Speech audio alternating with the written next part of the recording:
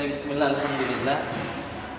Wassalatu wassalamu ala asyrafi khalqillah Muhammad ibn Abdillah salawatullahi alaihi wa alihi wasahbihi wa man wala amma ba'd.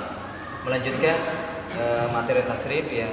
Sahabat tertunda bagaimanapun tetap berjuang. Satu orang pun kita baca fikih insyaallah taala. Jadi yang plus bagaimanapun teman-teman yang datang, ana batasi materi untuk mustawa pertama. Ana sudah kepikiran juga kalau akan berguguran itu sudah sunatullah, pasti berguguran. Sudah sunatullah itu. Waqalilum minhum, dan sedikit diantara mereka yang istiqomah yang berjuang itu sedikit. Namun enggak lihatnya sedikit satu pun tetap kita ngaji. Kita kalau bisa kita selesaikan matan habis hujan ini. Karena setelah ini bab haid apa saja yang tidak bisa dilakukan oleh orang yang haid itu yang sering kita dengarkan disebutkan di matan ini. Dan permasalahan juga menyentuh mushaf akan dibahas masailnya. Dan kedua juga setelah habis itu bab sholat. Bagaimana mazhab Syafi'i membahas tentang sholat. Khususnya apakah bacaan-bacaan, gerakan-gerakan ada beda enggak? Misalkan nih, waktu di fikih-fikih sholat, guru-guru agama dulu itu ngajarin fikih laki dan perempuan sholat itu beda. Khususnya ketika sujud. Ya, ada yang tanya diginikan tangannya, ada yang melingkar. Kalau perempuan dirapatkan, lalu dia masuk ada hadis tentang larangan menyentuh di Syafi'i gitu. Wallah yang bisa disebutkan bagaimana kita akan lihat. Ya, nah tidak bisa jaga banyak. Yang jelas apakah beda? Kalau dinisbahkan itu ada nggak di kitab mereka? Nah, oleh karenanya kita belajar dulu. Karena ini juga modal ilmu juga yang dipelajari untuk baca-baca kitab 50% dan khususnya juga akidah nantinya. Karena real, anak praktekkan ke teman-teman di Tambelan maupun di Telaga Murni di sini setiap ahadnya. Bisa untuk bergabung di sana, ya, jalan-jalan mau lihat hasilnya teman-teman, baca-baca, kita kasihkan kaidah. Ada sudah sekitar 10 atau 11 kaidah yang sering terulang. Modal besar 60-70% bisa dibaca kita berdua. Nah, tentunya ada materi-materi sambil membaca juga materi. Nah, al-babul awal atau tasrif, ilmu yang belajar tentang asal muasal kata, kata dasar berubah jadi bentuk yang lain, ya, dan setiap perubahan itu pasti ada makna yang berbeda-beda. Kalau dalam bahasa Indonesia, anak sering kalau anak mengajarkan ke anak-anak itu kata dasar, misalkan fa'ala itu kayak dalam bahasa Indonesia, misalkan tolong. Kata dasar tolong ini dia berubah menjadi bentuk kata yang lain. Misalkan ada kata pertolongan. Apa lagi? Tolonglah. Hah? Menolong, tolonglah. Menolong, tolonglah, Ditolong. ya, ditolong. Nah, itu perhatikan semua materi ini. Kayak di tasrif ini. Sebenarnya kalau antum mengantarkan ilmu ini sebenarnya ada di dalam bahasa kita. Namun dia enggak secara spesifik itu meskipun dibahas sebenarnya. Ini itu imbuhan kan? Imbuhan. Dari kata tolong, kata dasar tolong, kemudian ini atau tolonglah. Ini kayak dalam bahasa Arab misalkan fa'ala ini kata dasarnya fa'ala. Fa'ain dengan lam. Kemudian ada imbuhan ya. Itu bisa terangkan ada imbuhan ya. Ada imbuhan alif, ada imbuhan mim, ya, ada imbuhan alif. Imbuhan tambah-tambahan. Dan setiap ada imbuhannya pasti beda maknanya. Kayak bahasa Indonesia juga. Antara pertolongan dengan menolong itu berbeda. Satunya kata abstrak, satunya ya sering masuknya di dalam kata kerja. Digunakan untuk masuk dalam kata kerja. Ya, kalau P predikat dia bisa jadi predikat. Ini ditolong jadi pasif gitu. Aktif dan pasif. Ini aktif, pasif. Jadi memiliki makna. Nah, seperti sorob ini juga. Ilmu yang kita pelajarin adalah ilmu perubahan kata, mengecek asal muasal kata dalam bahasa Arab, apakah ada memang asal muasal katanya atau memang dari sananya sudah demikian bentuknya. Nah, fa'ala yaf'ulu di bab pertama, fa'ala yaf'ulu atau ada singkatnya AU, fa'ala yaf'ulu. Ya, bab pertama. Kemudian kita tasrifkan dulu karena kita mau masuk ke latihan ini. Setelah itu kita langsung ngaji fikih. Fa'ala yaf'ulu wahid isnan salasa dimulai. Fa'ala yaf'ulu fa'lan wa maf'alan fa huwa fa'ilun wa dzaka maf'ulun uf'ul la af'ul maf'alun maf'alun mif'alun. Ya, dan jangan sampai lupa istilah-istilahnya. Ini namanya wazan fa'ala, wazan yaf'ulu, wazan masdar, ada semuanya wazan-wazan. Dan setiap wazan ini memiliki nama. Ya, nama ini fi'il madi, ini fi'il mudhari, masdar dan di buku di bab pertama juga telah kita lalui semuanya cara menerjemahkannya.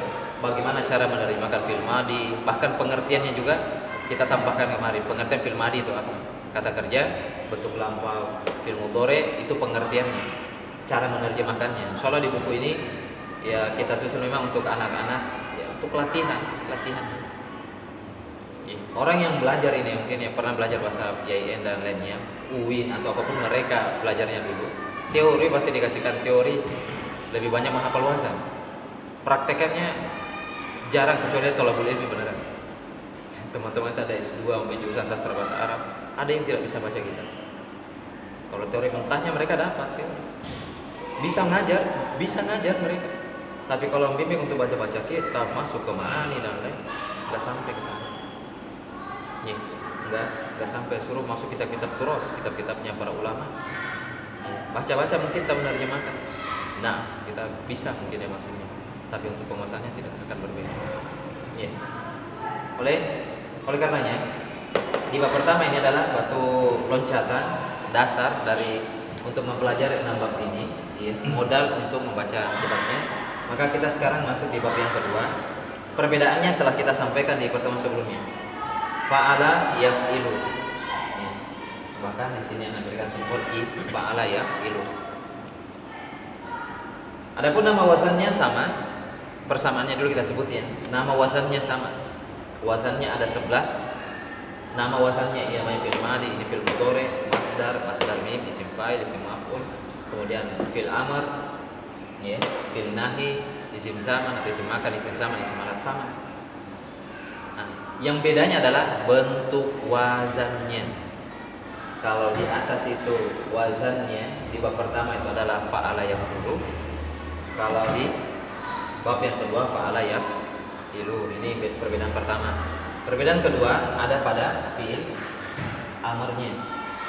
Ya. Kalau di bab pertama uf'ul, kemudian bab yang kedua if'il.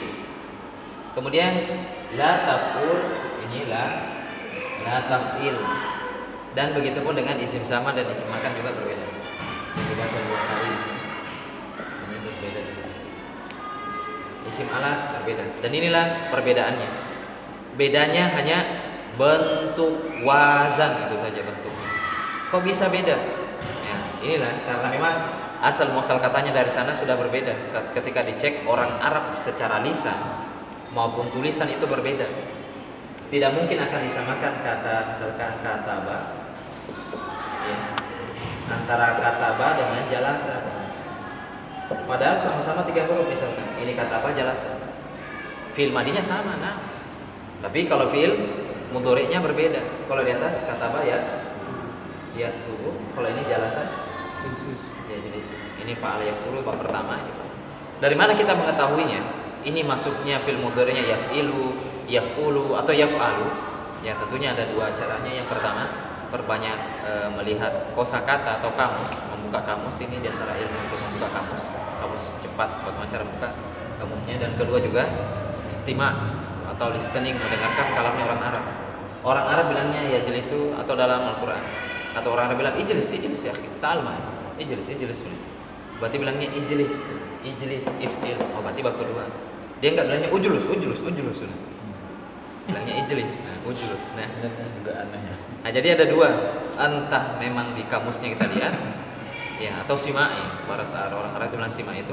Orang Arab bilangnya memang ijlis. Dia enggak bilangnya ijlas atau ujulus. Nah, lebih jelasnya di buku itu juga antum mau melihat kosakata apa saja. Contohnya ya, ada sekitar 20 lebih kosakata yang ikut wazan fa'ala yaf'ulu. Lihat di buku panduan kalian di halaman terakhir 145 atau 146. Kalau bab yang pertama dia 145 fa'ala yaf'ulu ada sekitar berapa kosakata? Ada 20-an. Ada 20 kosakata yang ikut wazan fa'ala yaf'ulu. Tidak akan ketukar kalau antum sering lihat, apalagi sering baca kitabnya. Nah, begitupun dengan fa'ala yaf'ilu. Mana contohnya nih? Nah, contohnya yang mana? Contohnya ada di buku kalian di halaman 140. Misalkan kasara yaksiru kasron. artinya itu memecahkan. Ya. Iksir, pecahkan misalnya. Atau kotofa memetik, kotofa yaktif iktif, ikutif, dipetik. Beritulah hamla yahmilu ihmil, suruh bawa. Semuanya ada di buku ini, tinggal antum kolerasikan bagaimana cara memahami buku ini. Baik, kelas. Sekarang kita tasrif bab yang kedua, kemudian kita praktekkan ke contoh yang lain. Siap bab kedua ya.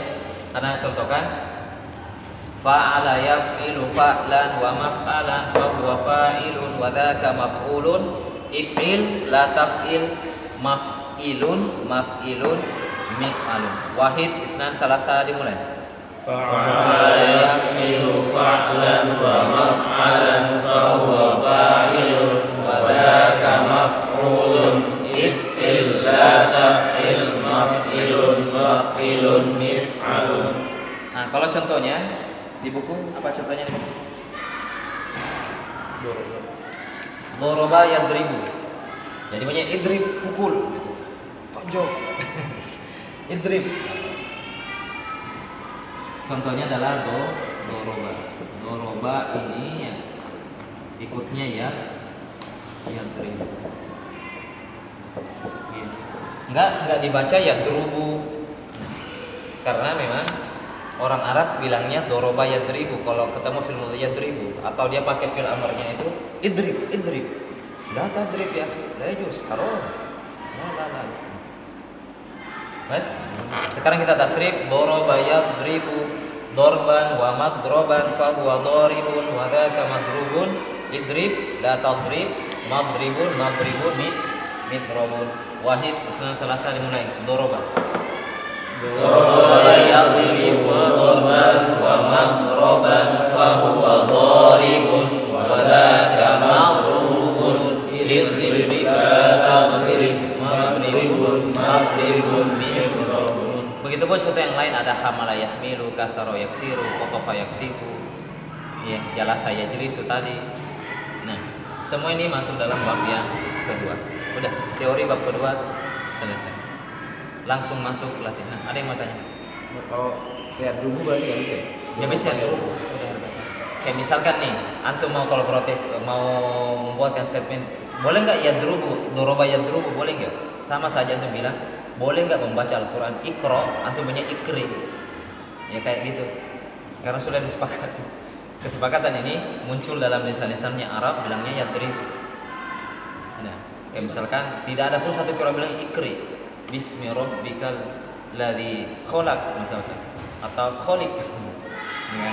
Jadi semua sudah simai bagaimana orang Arab itu kita dengarkan itu memang yadribu bilangnya. Nah, ada lagi?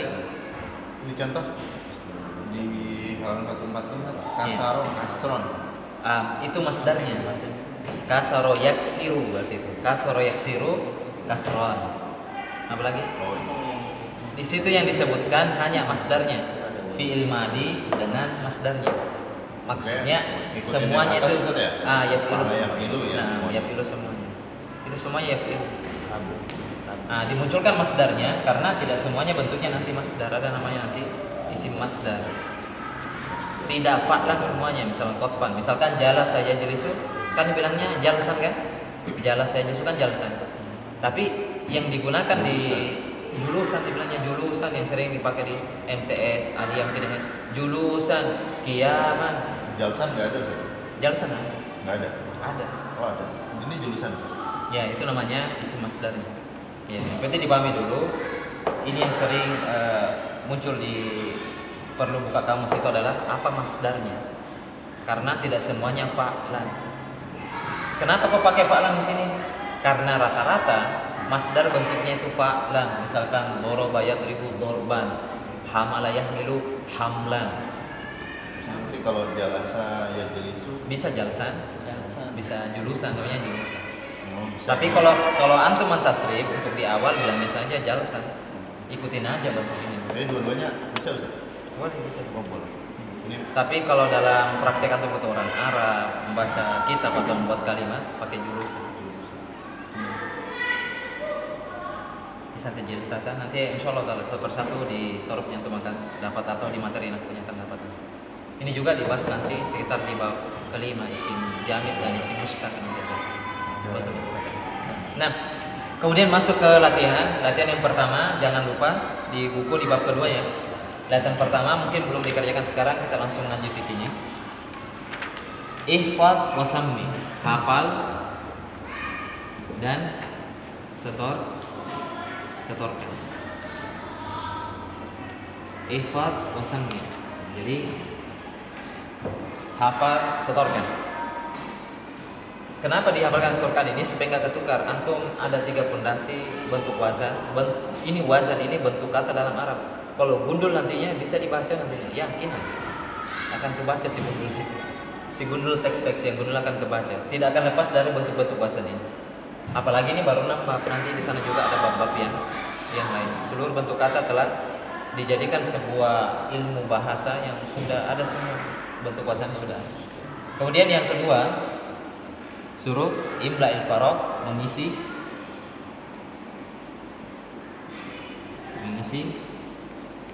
kolom ya.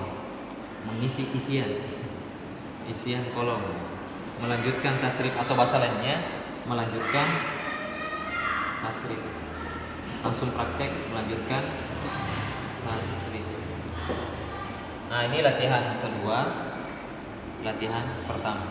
Begitu mas selanjutnya latihan ketiga. Ada menerjemahkan, kemudian argumentasi. Insyaallah taala di pertemuan selanjutnya kita akan latihan bersama supaya agak cepat. Selama antum bisa bedakan ini bab pertama, bab kedua. Apa persamaan babnya, apa perbedaan babnya itu saja. Persamaan bab, perbedaan bab. Nah, lebih enaknya memang di atasnya doang hafalin fa'ala yafulu, fa'la nasoro yang suruh. Kalau ini fa'ala yafulu, doroba yadrib. Mungkin ini dulu yang bisa disampaikan. Ada mau ditanyakan lagi? Itu kan ihfad wasammi. Itu kata sami itu tadi diartikan setorkan. Artinya mungkin bahasa yang lebih bakunya mungkin perdengarkan itu ya maksudnya. Iya, itu bahasanya. Tapi kalau bahasa tahfidz itu setorkan. Tasmi, dari kata tasmi itu memperdengarkan itu. Tasmi itu memperdengarkan setoran. Bulan sami. Jadi kata fil amr artinya sami. Setorkanlah. Berarti hafalkanlah, setorkanlah. Tasmi, yang kata tasmi. Ya, tasmi itu bukan menyimak, memperdengarkan ya. Memang namanya memperdengarkan itu didengari. Memperdengarkan tasmi dari kata sami itu tasmi. Bukan setoran itu. Bukan setoran yang biasa ya. Memperdengarkan ya setoran kalau bahasa kita. Setor hafalan. Nah, wallahu a'lam bishawab. Oke, setelah itu kita ngaji fikih, kita selesaikan bab fikihnya. Nah, wassallallahu ala nabiyina Muhammadin wa ala alihi ajmain. Untuk materi ini di bab yang kedua insyaallah taala di pertemuan selanjutnya kita bahas latihan. Kalau antum ada waktu luang-luangnya diisi-isi ya, ada 5 bentuk kosakata di situ disebutkan dalam buku. Insyaallah taala kita akan melanjutkan di pertemuan berikutnya. Assalamualaikum warahmatullahi wabarakatuh.